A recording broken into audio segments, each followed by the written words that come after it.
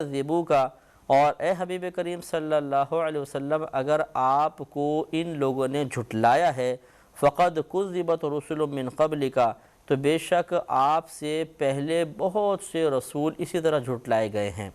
وَإِلَى اللَّهِ تُرْجَعُ الْأُمُورِ، اور اللہ ہی کی طرف تمام کام لوٹتے ہیں پھرتے ہیں۔ مراد یہ ہے کہ جس طرح آپ کو ستارے ایسے بہت پہلے لوگوں کو بھی ستایا گیا، رسولوں کو ستایا گیا ہے، اور اللہ کی طرف ہی تمام معاملات لوٹنے والے ہیں، یعنی ان کے تمام کرتوت، تمام اعمال، تمام شرارتیں، یہ سب کے سب اللہ تعالیٰ کے پاس محفوظ ہو رہی ہیں، اور بروز قیامت پھر ان کو اس کا بدلہ دیا جائے گا۔ لہذا رنجیدہ قلب نہ ہو، اور جس طریقے سے پچھلے انبیاء علیہم السلام نے اپنے زمانے میں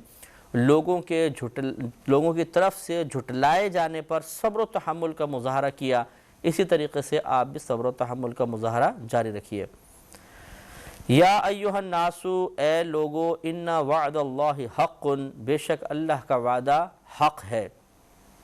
یعنی اللہ کا وعدہ سچ ہے۔ کون سا؟ آخرت کا وعدہ، انعام کا وعدہ، عذاب کا وعدہ، گرفت کا وعدہ، جنت کا وعدہ، یہ تمام وعدے حق ہیں۔ فلا تغرنکم الحیات الدنیا، تو ہرگز تمہیں دھوکے میں مبتلا نہ کرے دنیا کی زندگی۔ ولا یغرنکم باللہ الغرور، اور ہرگز تمہیں اللہ کے حکم پر وہ بڑا فریبی یعنی شیطان جو ہے وہ تمہیں فریب میں مبتلا نہ کر دے۔ تو اس میں بہت پیارے انداز میں اللہ تبارک و تعالیٰ نے آخرت کی طرف مائل فرمایا اور دنیاوی فریب سے بچنے کا حکم دیا۔ دنیا اصل میں ہر اس چیز کو کہتے ہیں کہ جو ہمیں اللہ کی یاد سے غافل کر دے، اسے دنیا کہتے ہیں۔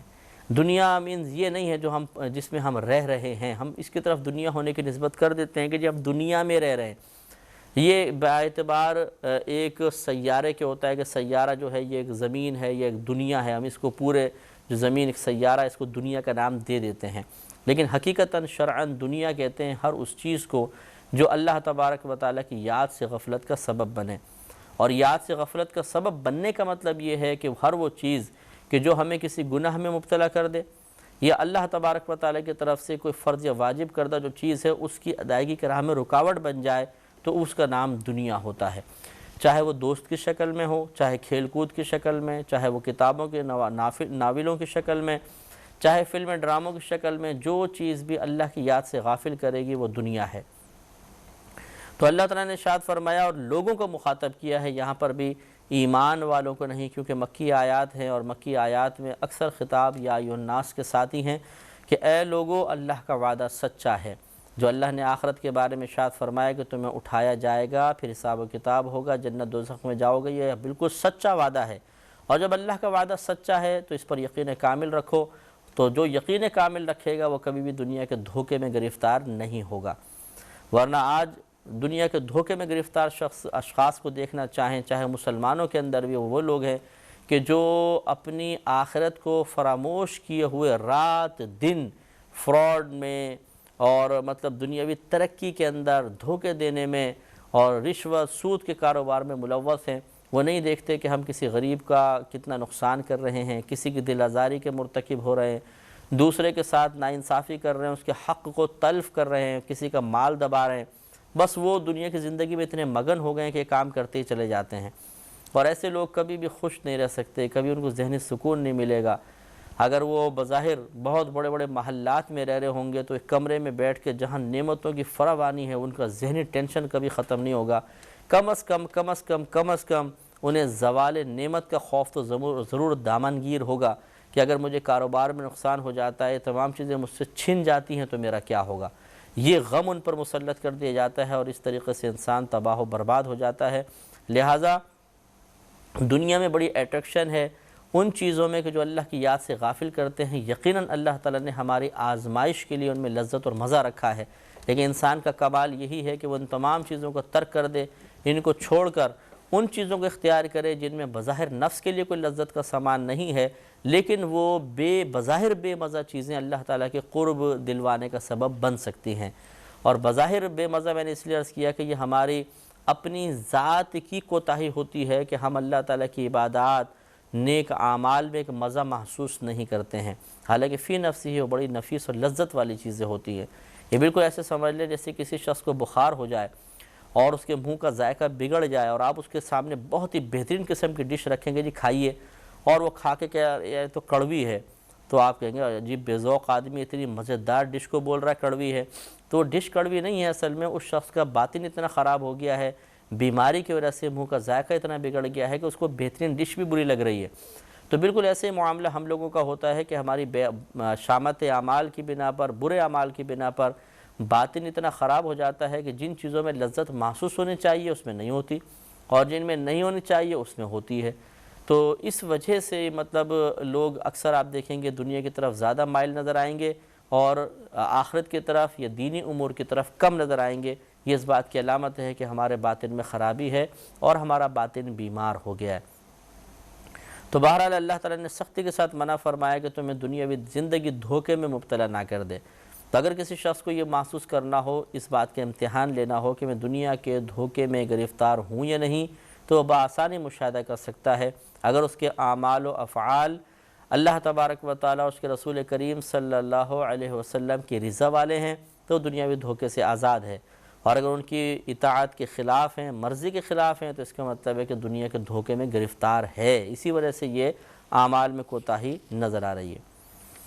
آگے اللہ تعالیٰ نے شیطان کو دشمن قرار دیا اور اس سے بچنے کا حکم دیا کہ ان الشیطان لکم عدو، بے شک شیطان تمہارے لیے دشمن ہے. فاتخذوہ عدوا، تو تم بھی اسے دشمن بناؤ. کتنی زبردست بات ہے کہ شیطان تمہارا دشمن ہے. جب اللہ تعالیٰ کسی کو دشمن قرار دے دے کہ تمہارا دشمن ہے، تو آپ کو معلوم ہونا چاہیے کہ جو خالص دشمن ہوتا ہے، حقیقتاً دشمن ہوتا ہے، اس سے رحم کی امید نہیں لگائی جا سکتی، کیونکہ وہ انتقام کے جذبے میں غرق ہوتا ہے. اس کے سینے میں آگ جل رہی ہوتی ہے، اور وہ آگ اسی وقت بجھے گی جب وہ آپ کو نقصان پہنچا کر غم میں مبتلا دیکھے گا، یا آپ کو نیست و نابود کر دے گا، آپ کو تباہ و برباد کر دے گا، تب اس کو کلیجے کو ٹھنڈک ملے گی. تو اسی طریقے سے شیطان کو اللہ تعالیٰ نے ہمارا حقیقی دشمن قرار دیا ہے. اس سے رحم کی امید کبھی مت لگائیے گا، نہ مجھے لگانی چاہیے، نہ آپ کو لگانی چاہیے کہ یہ شاید ہم پر رحم کھا جائے. ایسا نہیں ہے. یہ اس کا سب سے بڑا ٹارگٹ ہے ایمان کی بربادی. یہ چاہتا ہے کہ ایمان سب سے پہلے برباد ہو جائے، پھر چاہے کوئی کتنے نیک عمل کرتا رہے گا سب بیکار ہے، پھر کوئی اللہ کی بارگاہ میں قبول نہیں. اگر ایمان کو ضائع نہیں کر سکتا تو پھر یہ اعمال کی طرف آتا ہے اور کوشش کرتا ہے کہ انسان کے اعمال خراب کر دے، نمازیں چھڑوا دے، روزوں سے دور کر دے، قرآن سے دور کر دے، اور گناہوں کے اندر مبتلا کر دے، اور اس میں یہ کامیاب ہو ہی جاتا ہے. تو اللہ تعالیٰ نے اس کو ہمارا سب سے بڑا دشمن قرار دیا، اور پھر فرمایا کہ اس کو اب دشمن بناؤ. شیطان کو دشمن بنانے کا مطلب یہ ہے کہ اس کی اطاعت نہ کرو، اللہ تعالیٰ کا کہنا مانو، اس کی اطاعت نہ کرو، گناہ مت کرو، نیک اعمال ترک مت کرو، جو عبادات اللہ تعالیٰ نے فرض اور واجب قرار دی ان میں کوتاہی کے مرتکب نہ ہو. تو یہ گویا کہ شیطان کو اپنا دشمن بنانا ہے. انما یدعو حزبہ،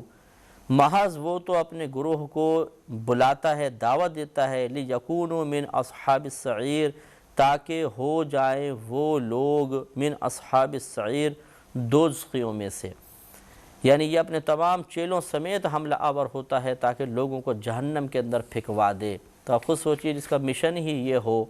کہ وہ لوگوں کو جہنم میں لے کر جائے گا، تو وہ کیا اس سے رحم کی آپ امید لگا سکتے ہیں؟ وہ تو بے رحم دشمن ہے، مجرم ہے، اور وہ چاہتا ہے کہ دوسروں کو بھی جہنم میں لے کر جائیں. الذین کفروا لہم عذاب شدید، وہ لوگ جو کافر ہوئے ان کے لیے شدید عذاب ہے. والذین آمنوا وعملوا الصالحات لہم مغفرۃ واجر کبیر، اور وہ لوگ جو ایمان لائے اور انہوں نے نیک اعمال کیے تو ان کے لیے مغفرت اور بڑا اجر ہے. تو یہ اکثر قرآن پاک کا اسلوب آپ نے دیکھا ہوگا کہ اللہ تعالیٰ اکثر ضدین کا تذکرہ کرتا ہے. رات کا ہے تو دن، آرام کا ہے تو تھکن، کفر کا ہے تو ایمان، دنیا ہے آخرت، جنت دوزخ. تو یہاں پہ بھی کفار اور مومنین کا تذکرہ کیا، جس پر انشاءاللہ مزید کلام اگلے پروگرام میں ہوگا. وآخر دعوانا ان الحمدللہ رب العالمین.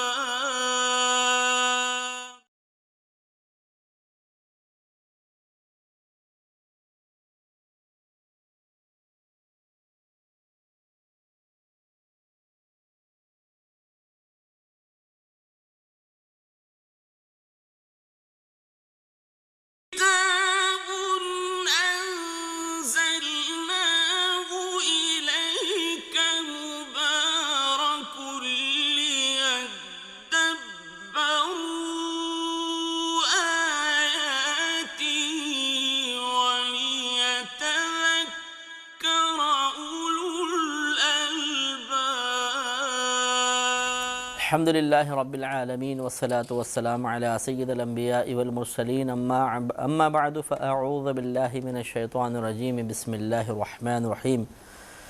سورہ فاطر کی 7ویں آیت چل رہی تھی اور اس میں اس بات کا بیان ہوا کہ اللہ تعالیٰ نے پہلے کفار کا تذکرہ فرمایا، پھر مومنین کا تذکرہ فرمایا۔ تو ہم آپ کو یہ بتا رہے تھے کہ قرآن کا اکثر یہ طریقہ رہا ہے، اس میں جو مضامین بیان ہوئے ہیں اس میں اللہ تبارک و تعالیٰ کی عادت کریمہ جاری نظر آتی ہے کہ اکثر ضدین کو ایک ساتھ ذکر کیا جاتا ہے۔ ضد جو ایک دوسرے کے ضد ہوتی ہیں، ایمان، کفر، جنت، دوزخ، رات، دن، ہدایت، گمراہی، نیکیاں اور برے اعمال۔ تو یہاں پر بھی ایسا ہی ہے کہ پہلے کفار کا تذکرہ فرمایا کہ الذین کفروا لہم عذاب شدید، کہ وہ لوگ جو کافر ہوئے ان کے لیے شدید عذاب ہے، اور اس کے مقابلے میں مومنین کا تذکرہ فرمایا کہ والذین آمنوا، اور وہ جو ایمان لائے، وعملوا الصالحات، اور انہوں نے نیک اعمال کیے، لہم مغفرۃ واجر کبیر، تو ان کے لیے مغفرت اور اجر کبیر ہے، بڑا اجر ہے۔ تو یہاں پر بھی وہی بات جو ہم اکثر آپ کی خدمت میں عرض کرتے ہیں کہ صرف ایمان لانے کو اللہ نے کافی قرار نہیں دیا، بلکہ مغفرت اور ایک بڑے اجر کے لیے نیک اعمال کے ارتکاب کا بھی تذکرہ کیا ہے۔ لہذا اس سے وہ حضرات ذرا درس حاصل کریں کہ جو صرف کلمہ پڑھ لیا ہے، مسلمان ہیں یا مسلمان گھرانے میں پیدا ہو گئے ہیں، اس کے بعد وہ کہتے ہیں جی اللہ تعالیٰ کو عمل کی کیا ضرورت ہے، ہم تھوڑے بہت عمل چھوڑ بھی دیں تو کیا ہوتا ہے، ہم اللہ کو محتاج ہے ہمارے عمل کا۔ یقیناً وہ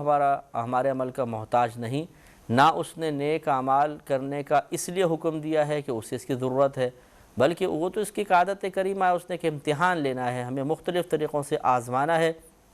حالانکہ نتیجہ وہ خود بھی جانتا ہے، لیکن اس نے ہمیں ایک آزمائش کے لیے ایک ضابطہ، اس کا ضابطہ ہے کلیہ، قانون ہے کہ ہر بندے کو آزمایا جائے گا، اور آزمانے کے طریقے مختلف ہیں۔ آزمائش بڑی دو طرح کی رکھی گئی ہیں۔ نمبر ایک، کچھ اعمال کرنے کا حکم دیا کہ ان کو کرو، یہ بھی ایک آزمائش ہے، اور کچھ اعمال سے رک جانے کا حکم دیا کہ ان کو مت کرو، جیسے گناہ وغیرہ، یہ بھی ایک آزمائش ہے ہمارے لیے بہت بڑی۔ تو اصل میں ہمارے امتحان اور آزمائش کے لیے سب کچھ کیا گیا ہے۔ اللہ تبارک و تعالی معاذ اللہ ان اعمال کا محتاج نہیں کہ یہ فرسودہ یا فاسد قول کہا جائے کہ جی اللہ تعالیٰ کون سا ہمارے عمل کا محتاج ہے تو ہم نہیں بھی کریں تو کیا حرج ہے، یہ غلط ہے۔ اللہ تبارک و تعالیٰ نے جس چیز کا حکم دیا اسے پورا کرنا ہوگا، اور اللہ تعالیٰ کی بارگاہ میں عمل کی بڑی اہمیت ہے۔ اس سے وہ حضرات بھی ذرا درس حاصل کریں کہ جو باقاعدہ قوم کے رہنماؤں کی حیثیت رکھتے ہیں۔ مثال کے طور پہ بعض گدی نشین ہوتے ہیں، مشائخ عظام ہوتے ہیں، تو ہر پیر صاحب برے نہیں ہوتے، ہر آستانہ غلط نہیں ہوتا۔ الحمدللہ یہی وہ آستانے ہیں کہ جن سے ہزاروں لوگوں نے فیض پایا ہے، لوگ مسلمان ہوئے ہیں، انہوں نے ایمان تک قبول کیے ہیں۔ لیکن ہوتا یہی ہے کہ جب ایک شخصیت اچھی چلی جاتی ہے اور اس کا کوئی نائب آ کر بیٹھتا ہے تو اس میں وہ چیز بعض اوقات نظر نہیں آتی ہے جو اصل میں ہوتی ہے، اور بلکہ بہت بگاڑ کے ساتھ اس پہ قبضہ کر لیا جاتا ہے۔ اور اس قسم کے لوگ جو خود نفسانی خواہشات کے تابع ہوتے ہیں، وہ اپنے متبعین کو بھی اسی طریقے سے تعلیم دیتے ہوئے نظر آتے ہیں۔ اور مجھے جو اس کی وجہ بڑی سمجھ میں ہے، اس میں ایک بڑی وجہ یہ بھی ہے کہ وہ اصل میں اپنے اعمال کی کوتاہی کو درست قرار دینے کے لیے، اور اس وجہ سے کہ کوئی میری عمل کی کوتاہی کی وجہ سے مجھ سے بدظن نہ ہو، وہ نیک عمل کی ہی مذمت کرنا شروع کر دیتے ہیں کہ ارے جی نیک عمل کون سا ضروری ہے، بس دل صاف ہونا چاہیے، اللہ تعالیٰ دل دیکھتا ہے، عمل کو ہی دیکھتا ہے۔ تو اگر اللہ تعالیٰ صرف دل ملاحظہ فرماتا ہے، عمل نہیں دیکھتا، تو ان سے دائرہ دم میں رہ کے سوال کیا جائے، پھر بتائیے یہ کیا ہے کہ والذین آمنوا وعملوا الصالحات، کہ اور وہ جو ایمان لائے اور انہوں نے نیک اعمال کیے، ان کے لیے مغفرت ہے اور اجر کبیر ہے۔ تو اب آپ جواب دیجئے کہ اللہ تعالیٰ کو اعمال کی پرواہ ہی نہیں ہے، وہ اعمال کی طرف توجہ فرماتا ہی نہیں ہے، صرف قلبی احوال پر ہی نگاہ رکھتا ہے، تو پھر یہاں یہ قرآن میں جا بجا کیوں تذکرہ کیا گیا ہے؟ بلکہ آپ ملاحظہ فرمائیے سورہ عصر کے اندر کتنے واضح الفاظ میں فرمایا کہ ان الانسان لفی خسر، بے شک تمام انسان خسارے میں ہیں، الا الذین آمنوا وعملوا الصالحات، مگر بے شک وہ جو ایمان لائے اور انہوں نے نیک اعمال کیے۔ اگر آپ کی ہم یہ ساری تقریر تسلیم کر لیں، اس کو درست مان لیں، تو ہونا یہ چاہیے کہ اللہ تعالیٰ فرماتا ہے الا الذین آمنوا، مگر وہ جو ایمان لے آئے، تاکہ یہ ثابت ہو جاتا ہے کہ اللہ کو اعمال کی کوئی پرواہ نہیں۔ لیکن خود اللہ تبارک و تعالیٰ نے، حالانکہ وہ محتاج نہیں ہے، لیکن ہماری آزمائش کے لیے اعمال ہم پر مسلط کر دیے ہیں، مقرر کر دیے ہیں کہ بعض اعمال کو کرنا ہے، بعض اعمال سے بچنا ہے۔ تو یہ اس لیے عمل جو ہے یہ کوئی بیکار چیز نہیں ہوتی، یہ بہت ضروری چیز ہے۔ اگر آپ کسی ایسے شخص کے قریب رہتے ہیں کہ جو نیک اعمال کو اہمیت نہیں دیتا، بلکہ اس کی زبان سے نکلنے والے الفاظ آپ کے دل میں نیک اعمال کی حقارت کو پیدا کرتے ہوں، نیک اعمال پر استقامت کو دل نہ چاہے، بلکہ نیک اعمال کو چھوڑ دینے کا دل چاہے، نیک اعمال کی اہمیت ذہن سے نکلتی ہوئی محسوس ہو، تو پھر ایسے شخص کی صحبت میں رہنا مناسب نہیں ہے۔ اس سے بچنے کی کوشش کریں، کیونکہ وہ خود بھی برباد ہوگا اور آپ کو بھی برباد کرے گا۔ آگے ارشاد فرمایا کہ افمن زین لہ سوء عملہ فرآہ حسنا، کیا پس وہ شخص کے مزین کر دیا گیا ہو اس کے برے عمل کو،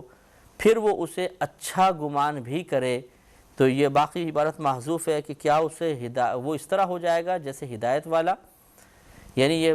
اللہ تعالیٰ نے پہلے کفار اور مسلمانوں کا تذکرہ فرمایا، مومنین کا، اور اس کے بعد فرمایا کہ جس کا عمل اسے خود اچھا محسوس ہو، جیسے کہ یہ شان نزول یہ بھی بیان کیا گیا ہے کہ یہ آیت ابو جہل وغیرہ کے بارے میں نازل ہوئی کہ وہ جو بھی عمل کر رہے تھے، برے عمل، نبی کریم کے خلاف عمل کرنا اور بت پرستی وغیرہ، وہ اس کو بہت اچھا سمجھتے تھے، وہ بولتے تھے ہمارے عمل بہت اچھا ہے۔ تو یہ اللہ تعالیٰ نے بیان فرمایا کہ جو شخص اپنے برے عمل کو بھی اچھا سمجھتا ہے، یا شیطان نے اچھا کر کے اس کو دکھا دیا ہے، کیا وہ اس کے برابر ہو سکتا ہے جس کو اللہ تعالیٰ نے ہدایت کی نعمت عطا فرمائی ہے؟ یقیناً نہیں ہو سکتا۔ فَإِنَّ اللَّهَ يُضِلُّ مَن يَشَاءُ وَيَهْدِي مَن يَشَاءُ، تو بے شک اللہ تبارک و تعالیٰ گمراہی دیتا ہے جسے وہ چاہتا ہے، اور ہدایت دیتا ہے جسے وہ چاہتا ہے۔ تو گمراہی دینے کا بارہا آپ کو مطلب بتایا کہ اللہ تعالیٰ کی طرف سے گمراہ کرنے کا مطلب اپنی تائید سے، اپنی مدد سے کسی کو محروم کر دینا، اسے نفس و شیطان کے رحم و کرم پر چھوڑ دینا، یہ اللہ تعالیٰ کی گمراہ کرنے کا مطلب ہوتا ہے کہ اللہ نے گمراہی کے اسباب پیدا فرمائے، ہدایت کے اسباب پیدا فرمائے، اور ہدایت تک پہنچنے کے ذرائع اللہ تعالیٰ نے مقرر کر دیے، لیکن جب کوئی شخص ان ذرائع کے اوپر توجہ نہ کرے، ہدایت کو نظر انداز کرے، تو پھر اللہ تبارک و تعالیٰ اس بندے کی طرف سے اپنی رحمت کو پھیر لیتا ہے، اور اب نفس و شیطان اس پہ غالب ہوتے ہیں اور وہ گمراہی کا شکار ہو جاتا ہے۔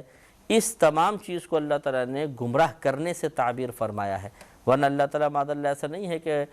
کوئی ہدایت کی طرف جانا چاہ رہا ہو اور اللہ تعالیٰ اس کو گمراہ کر دے، یہ کام اللہ کا نہیں، یہ تو شیطان کا کام ہے۔ مراد یہی ہے کہ جب اللہ تعالیٰ ہدایت کے تمام تر ذرائع بندے کو فراہم کر دے اور وہ اپنی بدبختی کی وجہ سے ان کو نظر انداز کر دے، تو پھر اللہ تعالیٰ بھی اس کی طرف سے اپنی رحمت کی توجہ کو پھیر لیتا ہے، اور انسان نفس و شیطان کے شر میں مبتلا ہو کر تباہ ہو جاتا ہے۔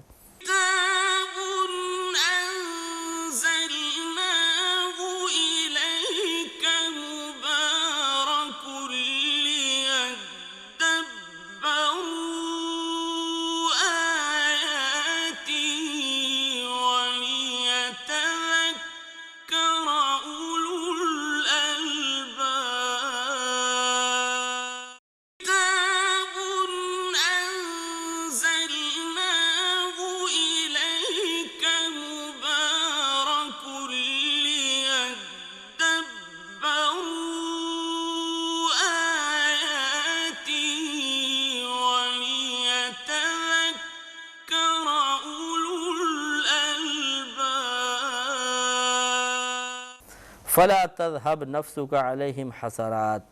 پھر نبی کریم صلی اللہ علیہ وسلم کو تسلی دی گئی تو آپ کی جان ان پر حسرتوں میں مبتلا نہ ہو، یعنی حبیب کریم آپ کی جو جان میں حسرت پیدا ہوتی ہے،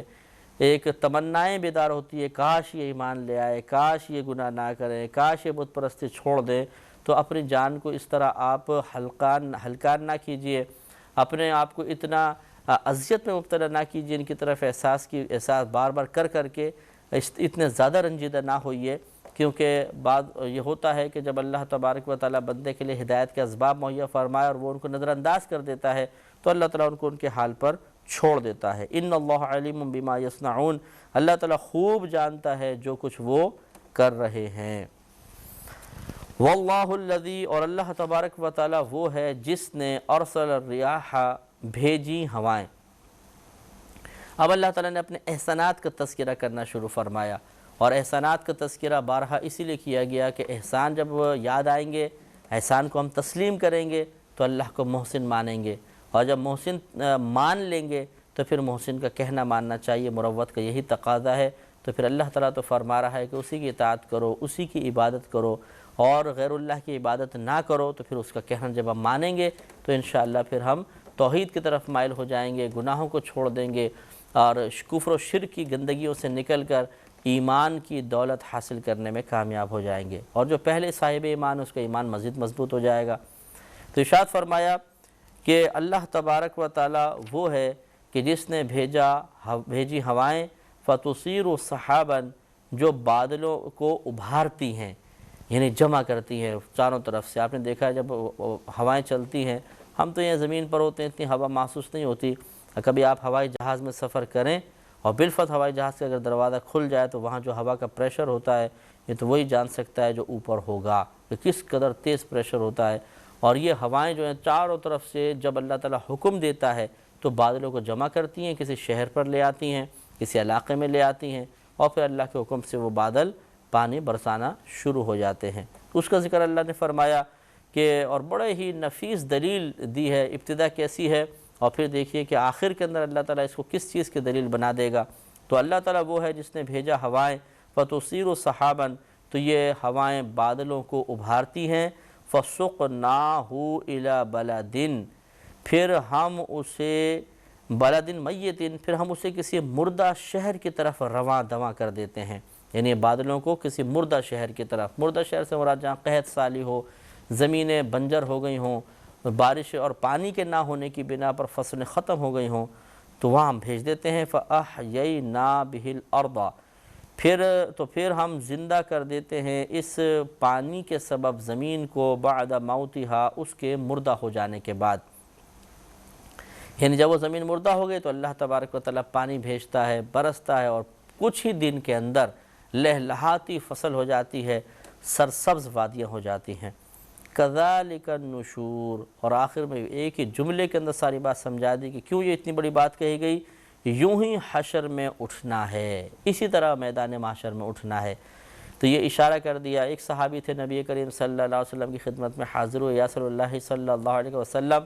کیا اللہ تعالیٰ ہمیں آخرت میں اٹھائے گا؟ فرمایا کہ ہاں بالکل اٹھائے گا۔ تو عرض کی کہ کوئی ایسی دنیا میں ایسی علامت ہے، نشانی ہے جس کو دیکھ کر ہم اخروی اٹھنے پر کوئی دلائل قائم کر سکیں؟ تو نبی کریم صلی اللہ علیہ وسلم نے فرمایا کیا تم کبھی ایسے زمین پر سے گزرے ہو جہاں قحط سالی ہو؟ عرض کی کہ جی ہاں۔ فرمایا پھر کبھی اس زمین سے دوبارہ اس موقع پہ گزرے کہ جب بارش ہو چکی ہو؟ عرض کیا جی ہاں۔ فرمایا کیا ہوتا ہے؟ تو عرض کیا یا رسول اللہ، سرسبز شاداب وادیاں ہو جاتی ہیں اور پودے اور پھول پھل نکل آتے ہیں۔ فرمایا پس جس طرح اللہ تبارک و تعالیٰ اس طرح بنجر زمین سے پودے نکالنے پر قادر ہے، بنجر زمین کو زندہ کرنے پر قادر ہے، اسی طریقے سے اللہ تبارک و تعالیٰ مردوں کو بھی زندہ فرمائے گا۔ تو ایک بہترین حصی مثال دے دی ہے جس کا مشاہدہ ہم دنیا میں رہ کر سکتے ہیں، اور کفار بھی مشاہدہ کر رہے ہیں۔ تو ان کو غور و تفکر کرنا چاہیے کہ جو ذات اس طرح ایک زمین، عام زمین، اس میں سے ایک پودا نکال دیتی ہے، اور میڈیکل سائنس جو سائنس وغیرہ ہے یہ تو تسلیم کرتی ہے کہ پودے جاندار ہیں،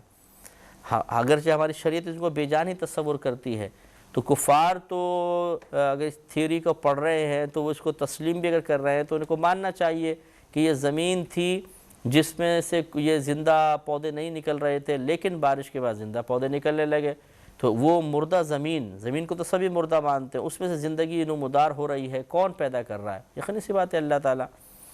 اور پھر آپ یہ دیکھیے کہ زمین بعض اوقات اتنی سخت ہوتی ہے کہ آپ اس طرح انگلی رکھ کر اس کو دبانے کی کوشش کریں گے، صرف پورا شاید اندر جائے گا، تھوڑا سا بھی حصہ، اس کے بعد نہیں دبا سکیں گے، لیکن اسی سخت ترین زمین میں سے اللہ تعالیٰ کی عطا سے ایک ننھا سا پودا اپنا منہ باہر نکالتا ہے، اور اتنا نرم ہوتا ہے کہ اگر آپ اس کو پکڑ کے توڑنا چاہیں تو آسانی سے ٹوٹ جائے گا، صرف آپ کے ناخن کی تیزی سے اس کو آپ یہ پکڑ لیں تو وہ ٹوٹ کے ہاتھ میں آ جائے گا۔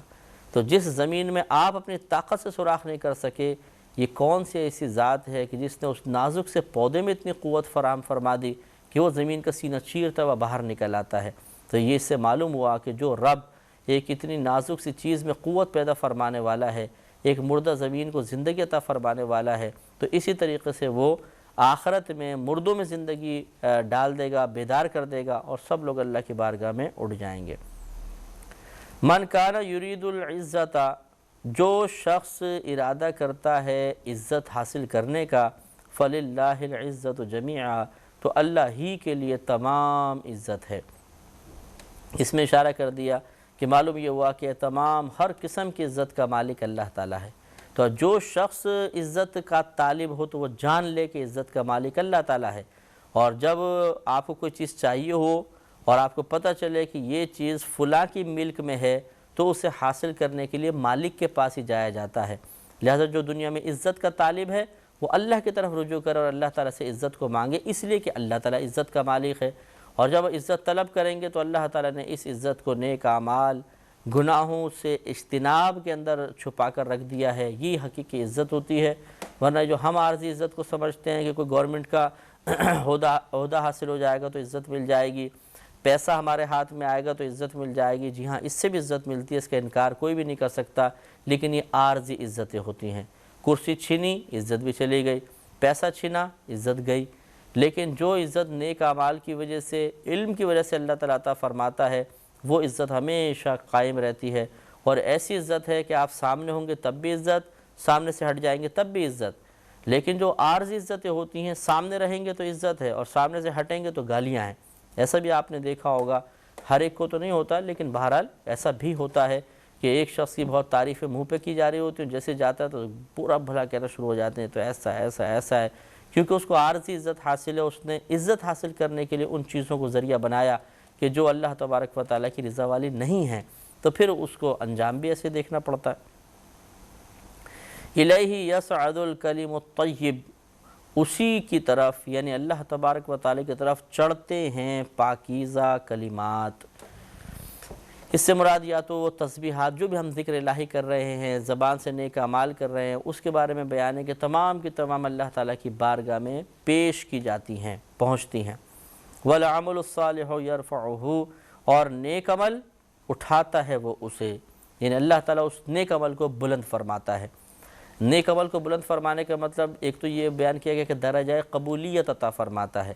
کیونکہ جب بعض اوقات بندہ نیکی کرتا ہے اور وہ نیکی جب پہلے آسمان پر پہنچتی ہے تو ایسے اس میں کوتاہی ہوتی ہے کہ وہاں کے فرشتے اس کو رد کر دیتے ہیں اللہ کے حکم سے، اور وہ ہمارے منہ پر مار دی جاتی ہے، ضائع ہو جاتی ہے۔ لیکن جو نیک عمل اللہ مقبول فرمانا چاہے تو ساتوں آسمانوں سے گزرتا ہوا وہ عرش الہی تک پہنچ جاتا ہے۔ یہ حدیثوں کے اندر مضامین موجود ہیں، لہٰذا اللہ تعالیٰ نیک اعمال کو اٹھاتا ہے، اور اس کو یقینی سی بات ہے یہ محبوب ہے، تو نیک اعمال کے ارتکاب ہی کثرت سے کرنا چاہیے۔ وآخر دعوانا ان الحمد للہ رب العالمین۔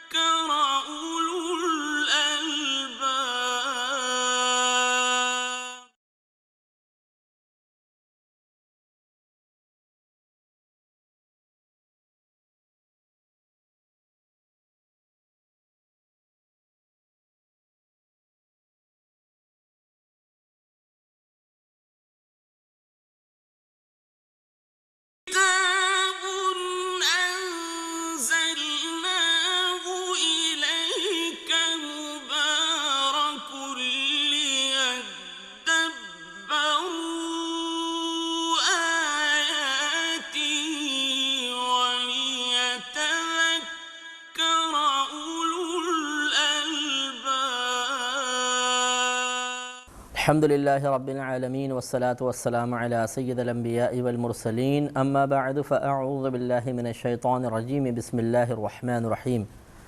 سورہ فاطر کی تفسیر چل رہی تھی اور تقریباً 10ویں آیت تک ہم پہنچ چکے تھے۔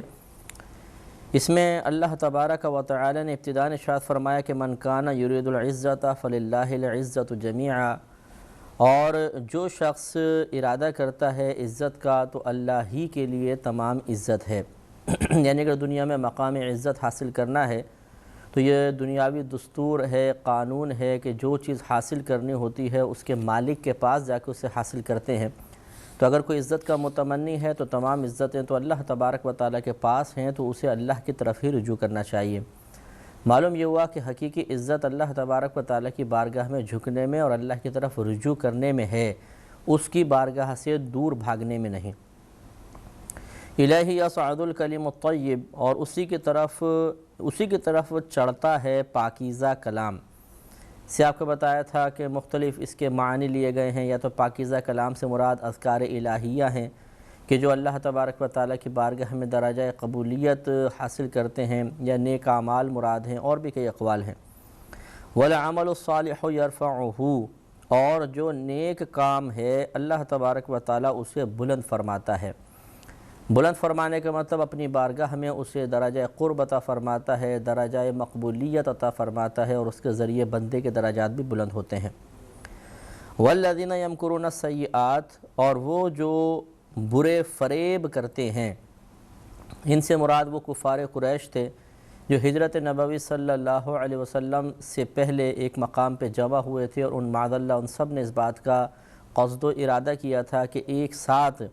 جتنے بھی قبائل ہیں ان میں سے ایک ایک آدمی کا انتخاب کیا جائے، اور ایک ساتھ نبی کریم صلی اللہ علیہ وسلم پر حملہ کریں اور معاذ اللہ آپ کو شہید کر دیں، تاکہ پھر نبی کریم صلی اللہ علیہ وسلم کے خاندان والے یقیناً تمام قبائل سے ٹکرانے کی ہمت نہیں کر سکیں گے، اور اس طریقے سے یہ معاملہ دب جائے گا۔ تو ان کے بارے میں اللہ تعالیٰ نے فرمایا کہ والذین یمکرون السیئات، اور وہ لوگ جو برے فریب کرتے ہیں یا برا مکر کرتے ہیں، لہم عذاب شدید، ان کے لیے سخت عذاب ہے، ومکر اولئک ہوا یبور، اور انہی کا مکر و فریب برباد ہوگا۔ اور ایسے ہی ہوا کہ اللہ تبارک و تعالیٰ نے جتنے وہ کھڑے تھے، نبی کریم تو ہجرت کے ارادے سے اللہ کے حکم سے وہاں سے نکل گئے، اور اللہ تبارک و تعالیٰ نے ارشاد فرمایا اپنے حبیب کریم صلی اللہ علیہ وسلم سے کہ حبیب آپ یہاں سے نکلتے چلے جائیں اور ایک مٹھی مٹی لے کر ان کے اوپر پھینک دیں۔ تو نبی کریم صلی اللہ علیہ وسلم نے ایسے ہی کیا، تو ان سب کے سروں پر خاک پڑ گئی، سرکار تشریف لے گئے اور نظر ہی نہیں آئے۔ اور جب ان کو ہوش آیا، شیطان نے وہاں پر آ کر کہا کہ بے وقوفو تم کیوں کھڑے ہو؟ وہی جو تمام لوگ نبی کریم کے جو مکان کا یہ کاشان اقدس کا محاصرہ کر کے کھڑے ہوئے تھے، اور حضرت علی رضی اللہ تعالیٰ عنہ نبی کریم کی جگہ آپ کے بستر مبارکہ پر استراحت فرما رہے تھے، تو ان تمام کفار نے کہا کہ ہم نبی کریم صلی اللہ علیہ وسلم کا انتظار کر رہے ہیں کہ وہ باہر آئیں تو ہم حملہ کریں۔ تو شیطان نے کہا کہ بے وقوفو، وہ تو تمہارے سر پہ مٹی ڈال کے چلے گئے اور تم یہاں کھڑے ہو۔ تو اس طرح ان کے مکر و فریب برباد ہوا، اور وہ ذلت ان کے مقدر ہوئی، ذلت وہ ذلیل ہو گئے، ان کی یہ واقعہ مشہور ہوا، ہر طرف سے ان پہ لعنت ملامت ہوئی، اور نبی کریم صلی اللہ علیہ وسلم بخیریت و خوبی، بحسن و خوبی مدینہ منورہ تشریف لے آئے۔ اب اس سے آگے جو آیات ہیں ان میں اللہ تبارک و تعالیٰ نے اپنے بہت سے احسانات کا تذکرہ فرمایا، اور احسانات کے تذکرے پر مشتمل آیات کے نزول سے مقصود الہی یہ ہوتا ہے کہ تاکہ بندے اللہ تعالیٰ کے ان احسانات کو کہ جو اطراف میں نمایاں نظر آ رہے ہیں، ان مضامین کے ذریعے ان کی طرف متوجہ ہوں، انہیں ان کا باقاعدہ احساس ہو، اور وہ اللہ تبارک و تعالیٰ کو ایک عظیم محسن کی حیثیت سے دیکھیں۔ اور جب محسن کی حیثیت سے دیکھیں گے تو یہ طبعی تقاضا ہے، ہماری انسانی فطرت کا تقاضا ہے کہ اپنے محسن کا کہنا مانا جاتا ہے، اپنے محسن کے احسان کے پیش نظر انسان اس کی مخالفت سے اپنے آپ کو بچانے کی کوشش کرتا ہے، اطاعت کی طرف مائل ہوتا ہے۔ اگر اسے امداد کی ضرورت ہے اور ہم امداد کرنے پر قدرت رکھتے ہیں تو اپنے محسن کی امداد بھی کرتے ہیں۔ تو اللہ تبارک و تعالیٰ طلب امداد سے بے نیاز ہے، اس کو کوئی امداد کی ضرورت نہیں، لیکن دیگر معاملات تو ہیں کہ ہم اللہ تبارک و تعالیٰ کو محسن تسلیم کر کے اس کا احسان مانتے ہوئے مروت کے تقاضے کے ہی تحت بالفرض ہمیں چاہیے کہ اس کی اطاعت کریں اور اللہ تبارک و تعالیٰ کا کہنا مانیں۔ تو یعنی کفار کے لیے یہ ایک دعوت فکر تھی، کیونکہ یہ مکی آیت ہے، کہ وہ ان احسانات کو یاد کر کے ان بتوں کی عبادت کو ترک کر دیں جنہوں نے کوئی احسان نہیں کیا، بلکہ اگر دیکھا جائے تو انہوں نے ان بتوں کے اوپر ایک طرح کا احسان کیا کہ انہیں بنایا، تخلیق کیا اور ایک مقام عزت پر بٹھایا، اگرچہ عزت ان کے لیے کوئی نافع نہیں، لیکن بہرحال۔ اور اس طرف وہ رب کریم ہے کہ جس نے ان پر عنایات کی بارشیں برسا دیں، تو انہیں چاہیے ہی تھا کہ اللہ تبارک و تعالیٰ کے حکم کو تسلیم کرتے، اس کے نبی کریم صلی اللہ علیہ وسلم پر ایمان لانے کی سعادت حاصل کرتے۔ تو یہ وہ آیات کہ جن میں اللہ تبارک و تعالیٰ نے اپنے احسانات کا تذکرہ فرمایا، ان سے حقیقتاً مقصود یہی ہے۔ لہذا ارشاد ہوا کہ واللہ خلقکم من تراب، اور اللہ تبارک و تعالیٰ نے پیدا فرمایا تمہیں مٹی سے، یعنی ہماری اصل کو، آدم علیہ السلام کو مٹی سے پیدا فرمایا، ثم من نطفۃ، پھر پانی کی بوند سے، نطفہ سے، منی سے، اسپرم سے ہمیں بنایا، یعنی مراد یہ ہے کہ جو اصل ہے اس کی اصل ہماری اصل مٹی ہے، اور پھر جو آگے سلسلہ نسل چلتا رہا وہ پانی کی ایک بوند سے چلا۔ ثم جعلکم ازواجا، پھر تمہیں بنایا اللہ تبارک و تعالی نے جوڑے جوڑے، یعنی ایک مذکر ایک مؤنث، تاکہ ان دونوں کے ملاپ سے پھر آگے سلسلہ توالد و تناسل چلے۔ وما تحمل من انثی، اور جو اٹھاتی ہے کوئی مؤنث، یعنی جو اپنے پیٹ میں اٹھاتی ہے، یعنی جو حاملہ ہو جاتی ہیں کوئی خاتون یا کوئی بھی مادہ، ولا تدعو، اور وہ اسے جنتی ہے، الا بعلمہ، مگر اللہ تبارک و تعالیٰ کے علم سے۔ یعنی یہ اسلوب کلام تو اگر ہم بامحاورہ یعنی لفظی ترجمہ کریں تو یوں ہی ہے کہ یہ نافیہ ہے کہ نہیں اٹھاتی ہے کوئی مؤنث اور نہیں جنتی ہے اسے مگر اللہ تعالیٰ کے علم سے، اور بامحاورہ بنایا جائے تو مراد یہ ہے کہ جو بھی مؤنث اپنا پیٹ میں کوئی حمل رکھتی ہے اور پھر اسے جنتی ہے، وہ اللہ تبارک و تعالیٰ کے علم سے ہوتا ہے، یعنی اللہ کو معلوم ہوتا ہے کہ کس کے پیٹ میں کیا ہے اور وہ کس وقت دنیا میں آنا ہے۔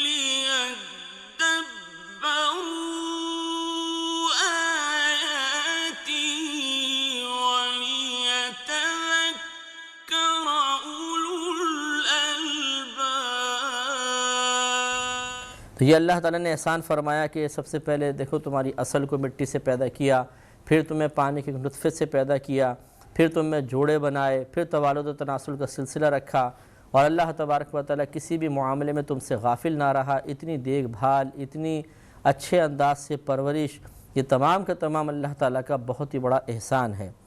وما یعمر من معمر، اور جس بڑی عمر والے کو عمر دی جائے، ولا ينقص من عمرہ، اور یا جس کی عمر کم رکھی جائے، اس میں کمی کر دی جائے، الا فی کتاب، مگر یہ تمام کا تمام ایک کتاب میں ہے۔ یعنی مراد یہ ہے کہ جس کو بھی بڑی عمر دی جائے یا کسی کی عمر سے اللہ تبارک و تعالیٰ گھٹا دے، گھٹانے کے مراد اسے کم عمر دی جائے۔ یہ نہیں ہے کہ پہلے اللہ تعالیٰ کا فیصلہ زیادہ عمر کا ہو اور پھر اللہ تعالیٰ اپنے فیصلے کو بدل دے، ایسا نہیں ہوتا۔ اللہ تعالیٰ کا ایک ہی فیصلہ ہوتا ہے، اس میں تبدیلی نہیں ہوتی ہے۔ لہذا مراد یہ ہے کہ کسی کو تو اللہ تعالیٰ بڑی عمر عطا فرماتا ہے، کسی کو چھوٹی عمر عطا فرماتا ہے، لیکن جس کو بھی یہ دیا ہوا ہے تمام معاملہ ایک کتاب میں لکھا ہوا ہے، اور اس سے مراد لوح محفوظ ہے۔ اس سے معلوم ہوا کہ کسی کی زندگی بڑھ نہیں سکتی،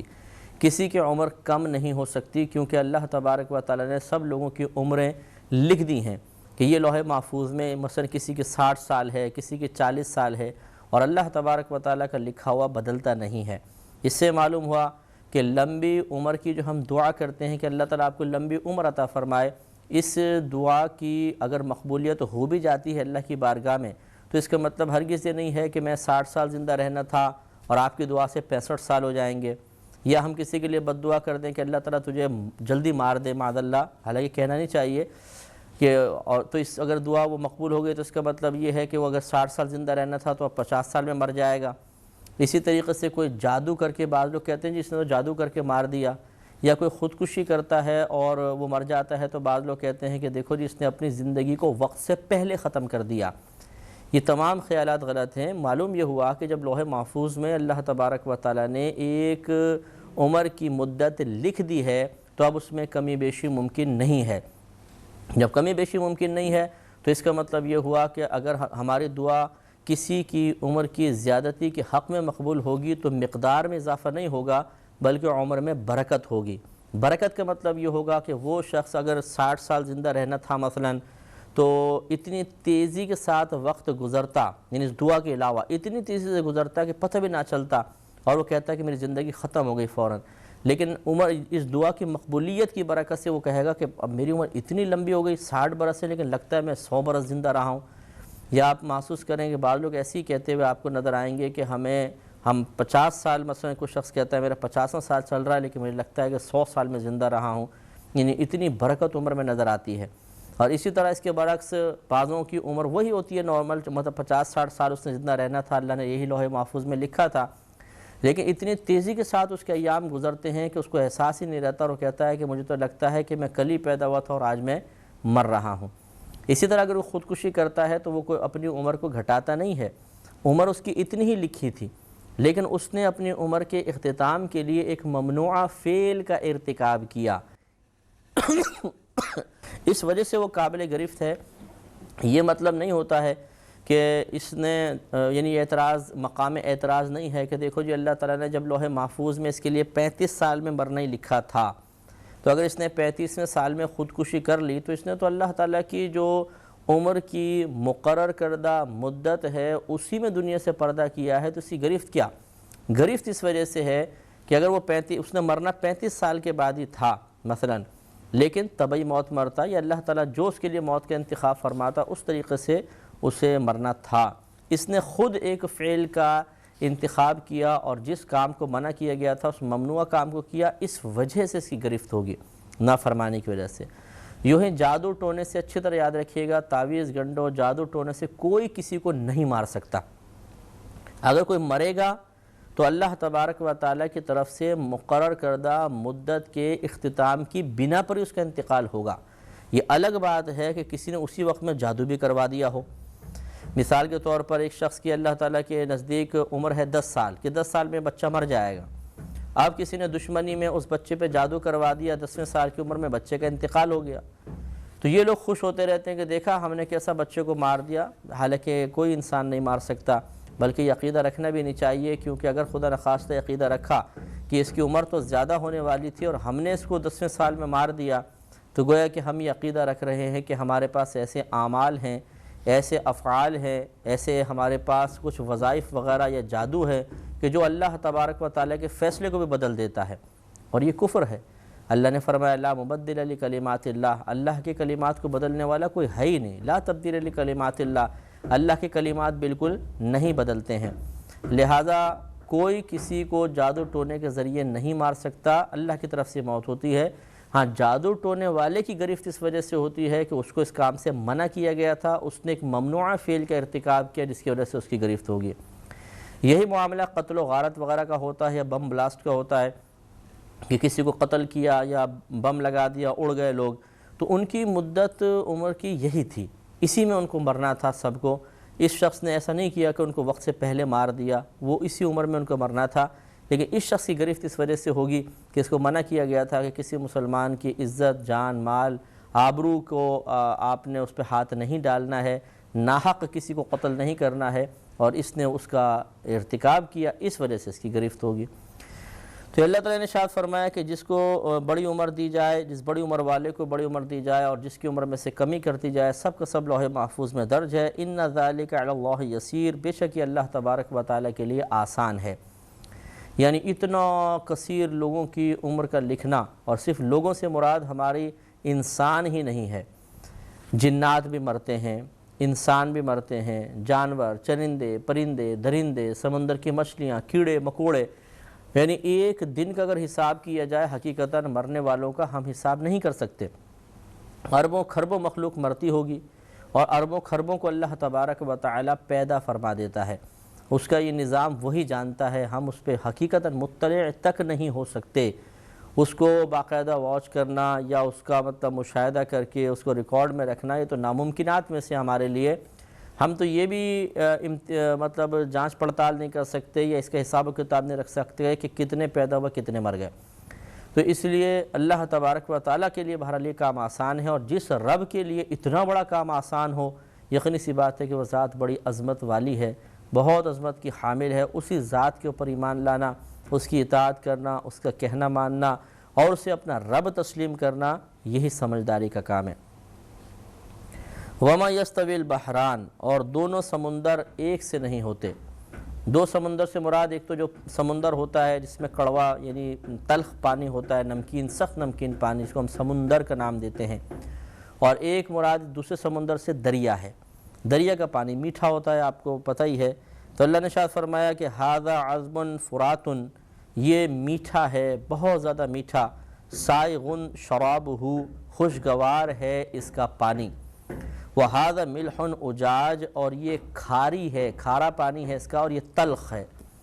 تو آپ دیکھیں کہ یہ اللہ تعالیٰ کی حکمت کہ اتنا کثیر پانی اتنا تلخ رکھا، اور ایک طرف کثیر پانی کو میٹھا رکھا۔ یقینی سی بات ہے اتفاقی طور پر تو نہیں ہو گیا،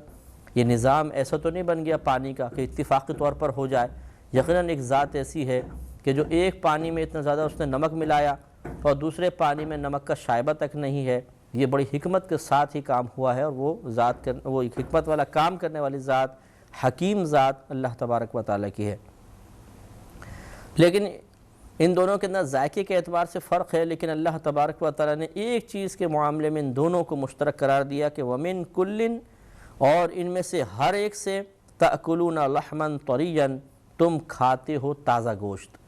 یعنی مچھلیاں نکالتے ہو اور تازہ گوشت دونوں سے ملتا ہے۔ میٹھے پانی کی مچھلی میں الگ ذائقہ، سمندر کی مچھلی کے اندر الگ ذائقہ، لیکن ہے بہرحال دونوں سے تازہ گوشت حاصل ہوتا ہے۔ وَتَسْتَخْرِجُونَ حِلْيَةً، اور تم نکالتے ہو زیور، یعنی اس سمندر سے تم زیور میں نکالتے ہو، مراد موتی ہیں، ہیرے جواہرات ہیں جو سمندر کی تہہ میں ہوتے ہیں، یا سیپیوں کے اندر جو موتی ہوتے ہیں۔ تَلْبَسُونَهَا، تم پہنتے ہو اسے، یعنی ایسے زیور نکالتے ہو جس کو باقاعدہ تم پہنتے ہو۔ وَتَرَى الْفُلْكَ فِيهِ مَوَاخِرَ، اور تم کشتیوں کو دیکھو گے اس میں پانی کا سینہ چیرتے ہوئے، کہ وہ پانی کا سینہ چیرتے ہوئے چل رہی ہوں گی سمندر کے اندر، جیسے آپ کشتیاں دیکھتے ہیں اس طرح دریا کے اندر چلتی ہیں۔ لِتَبْتَغُوا مِنْ فَضْلِهِ، تاکہ تم تلاش کرو اللہ تبارک و تعالیٰ کے فضل کو، وَلَعَلَّكُمْ تَشْكُرُونَ، اور تاکہ تم شکر گزار ہو جاؤ۔ تو یہ تمام چیزیں اللہ تبارک و تعالیٰ جو بیان فرما رہا ہے، یہ وہ احسانات ہیں کہ واقعی ان احسانات کا بدلہ چکانا یہ ہمارے بس کی بات نہیں ہے۔ کہ کھارا اگر سمندر ہے، اس میں بھی کتنی اللہ تعالیٰ کی حکمت کہ ہمارے جتنے بھی دنیا بھر کے گندے یہ نالے وغیرہ ہوتے ہیں، یہ سمندر میں جا کر گرتے ہیں، اور سمندر کا کڑوا پانی ان تمام کو دوبارہ ٹھیک کر دیتا ہے۔ اگر ایسا نہ ہوتا تو غالباً پوری دنیا ابھی تک سڑ چکی ہوتی۔ بہرحال اس پہ کلام جاری رہے گا۔ وآخر دعوانا ان الحمد للہ رب العالمین۔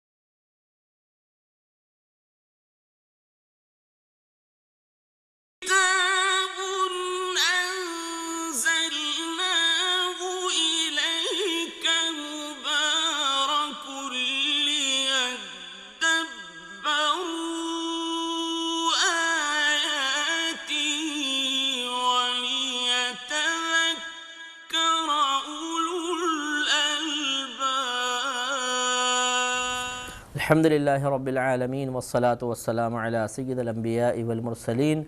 اما بعد فاعوذ باللہ من الشیطان الرجیم، بسم اللہ الرحمن الرحیم۔ سورہ فاطر چل رہی تھی اور اس کی تقریباً 12 آیات کی تفسیر مکمل ہوئی تھی، اور بیان ہونے والی ان آیات میں اللہ تبارک و تعالیٰ کے احسانات کا تذکرہ ہے، تاکہ ہم اللہ تبارک و تعالیٰ کو ان احسانات کے احساس کے بعد اپنا بہت بڑا محسن تسلیم کریں اور پھر محسن تسلیم کرنے کے بعد اس کی اطاعت کے جذبے کو مزید بڑھائیں۔ تو اللہ تبارک و تعالیٰ نے ان ماقبل آیات میں کشتی کے بارے میں ارشاد فرمایا تھا، یعنی کئی احسانات بیان فرمائے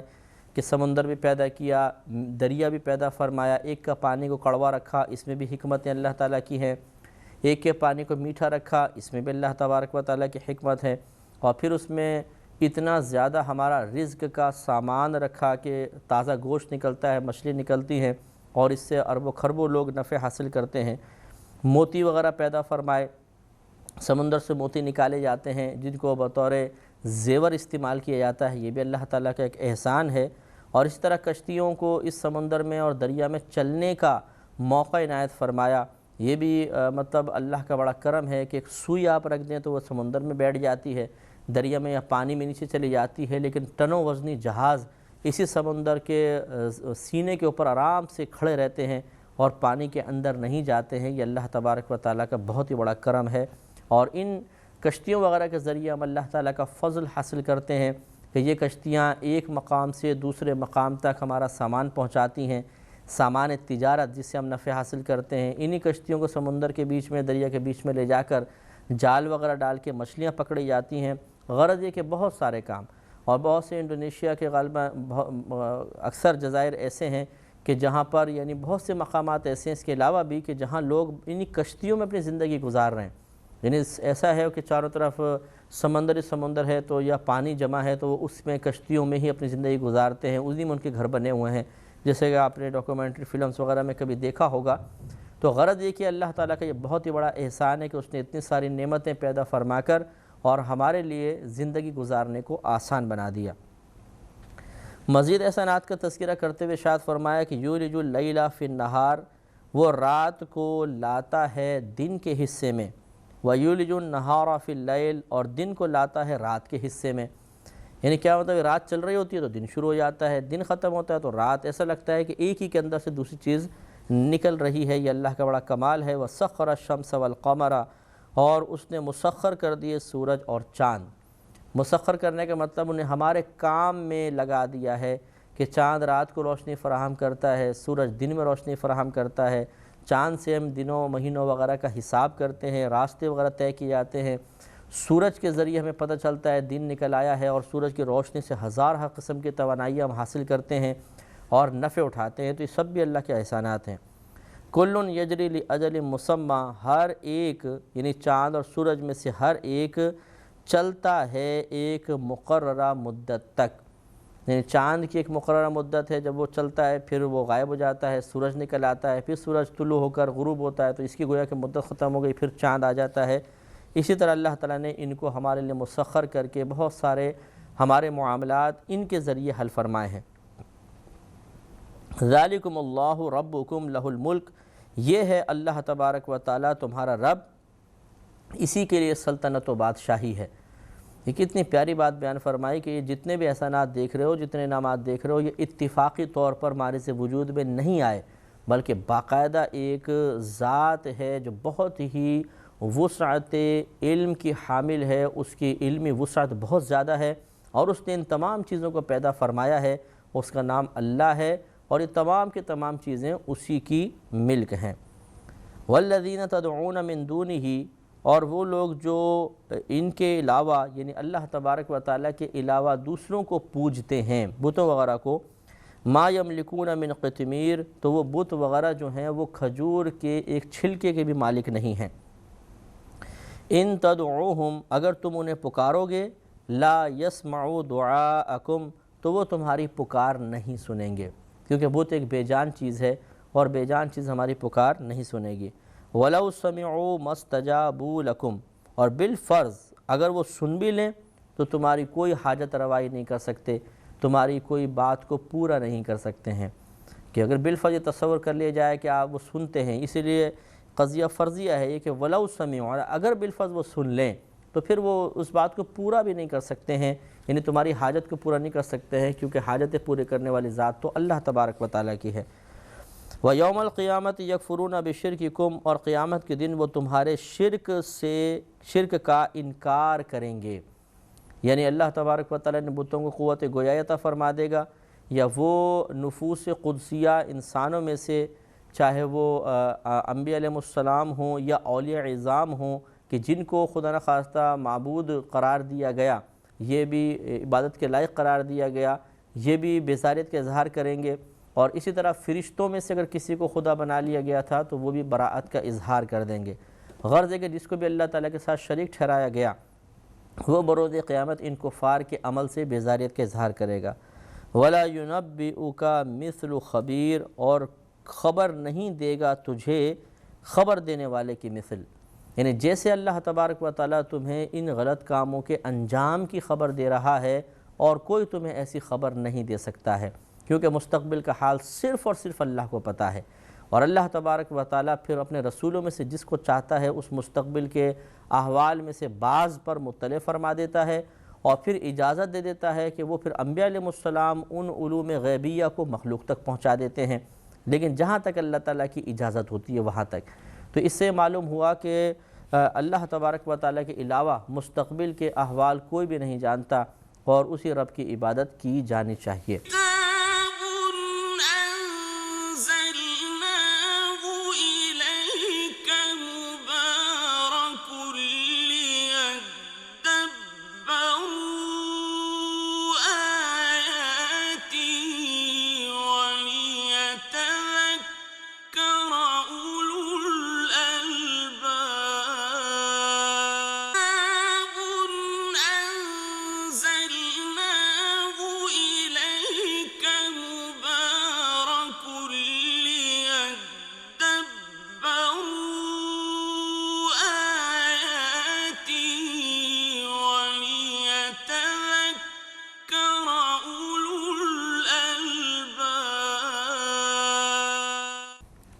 یا ایہا الناس، اے لوگو، انتم الفقراء الی اللہ، تم سب کے سب محتاج ہو اللہ تبارک و تعالی کی طرف۔ واللہ، اور اللہ تبارک و تعالی، هو الغنی الحمید، وہ غنی ہے، حمید ہے۔ حمید اسے کہتے ہیں جس کی خوبیوں کو سراہا گیا ہو، اس کی تعریف کی گئی ہو، اس کی خوبیوں کا اعتراف کیا گیا، اس کو حمید کہا جاتا ہے۔ تو اللہ تبارک و تعالی نے واضح طور پہ ان تمام احسانات کا تذکرہ کر کے ارشاد فرمایا کہ معلوم یہ ہوا کہ چونکہ تم کسی چیز کے مالک نہیں، تم کسی چیز کو پیدا کرنے والے نہیں، تم اور کوئی اللہ تبارک و تعالیٰ کو کسی بھی طریقے سے نفع پہنچانے والے نہیں، ہاں اللہ تبارک و تعالیٰ نے تمہارے لیے تمام نعمتیں پیدا فرمائیں، تو اس سے نتیجہ یہ نکلا کہ ہم اللہ کے محتاج ہیں، اللہ تبارک و تعالیٰ کسی کا محتاج نہیں۔ ان یشأ یذہبکم، اگر اللہ تبارک و تعالیٰ چاہے تو تمہیں لے جائے، ویأتی بخلق جدید، اور لے آئے ایک جدید مخلوق کو، اس کے لیے کیا مشکل ہے؟ آپ کو پتہ ہے کہ پہلے کچھ بھی نہیں تھا، تو اللہ تبارک و تعالیٰ نے پھر زمین پیدا فرمائی، آسمان پیدا فرمائے، مخلوق، پھر تمام یہ چیزیں پیدا فرمائیں۔ پھر اللہ تبارک و تعالیٰ نے زمین پھر فرشتوں کو پہلے پیدا کیا، اس کے بعد جنات کو پیدا کر کے دنیا میں عام کر دیا، پھیلا دیا۔ ان جنات نے بہت زیادہ سرکشی کی اور بہت ہی ہنگامہ آرائی کی، تو اللہ تبارک و تعالیٰ نے فرشتوں کو بھیجا جنہوں نے ان کو ہلاک کیا، اور جن کو اللہ تعالیٰ چاہتا تھا ان کو چھوڑ دیا، یعنی وہ پہاڑوں میں نکل گئے، غاروں میں نکل گئے، ان کو چھوڑ دیا، کیونکہ ان کو باقی رکھنا ہی مقصود تھا، مکمل فنا کرنا مقصد نہیں تھا۔ پھر انسان کو پیدا فرما دیا۔ تو اس طرح اللہ تبارک و تعالیٰ ایک مخلوق کے بعد دوسری کے بعد تیسری لے کر آتا رہتا ہے، تو اس کے لیے کوئی مشکل نہیں ہے۔ تو اگر ہم یہ سوچیں کہ شاید اللہ تبارک و تعالیٰ ہمارا محتاج ہے، ہماری عبادات کا، نیک اعمال کا محتاج ہے، اس کو کوئی لالچ ہے، تو یہ ہماری بے وقوفی کی علامت ہوگی۔ اللہ تبارک و تعالیٰ ان تمام چیزوں سے بے نیاز ہے، اور وہ اپنی عبادت کروانے کے سلسلے میں، اپنی معبودیت کا اقرار کروانے کے سلسلے میں ہمارا ہی محتاج نہیں ہے، نہ کسی اور کا محتاج ہے، بلکہ اگر وہ چاہے تو ہمیں ختم کر دے، دوسری مخلوق لے آئے، وہ اس کے احسانات کا اقرار کرے گی، احسانات کو تسلیم کرے گی اور اطاعت کرے گی۔ لہٰذا ہمیں کسی بھی خوش فہمی میں کسی بھی لحاظ سے مبتلا نہیں ہونا چاہیے۔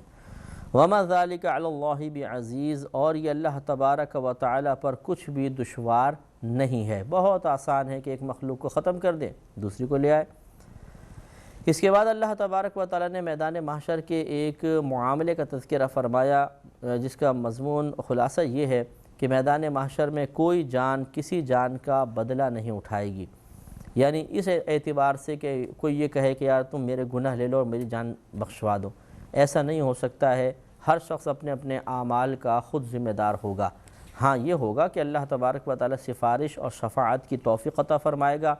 اور ایک شخص دوسرے کی شفاعت کرے گا اور اس کی شفاعت پر اللہ تبارک و تعالی بخشش کے پروانے جاری کرے گا، یہ ہوگا۔